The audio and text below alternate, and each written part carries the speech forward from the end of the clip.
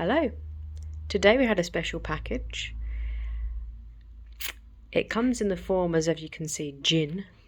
James Gin. So we ordered the Asian Parsnip gin. Just turn this around. From James May. So the box is a bit battered, but I think we've survived. Let's see what we've got inside. Well, should be gin.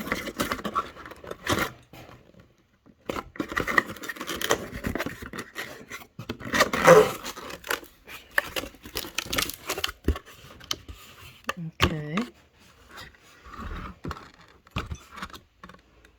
There we go. Bottle of said Asian Parsnip gin.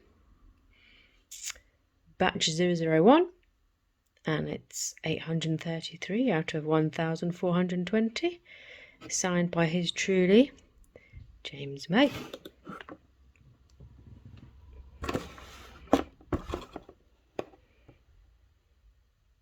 Nice.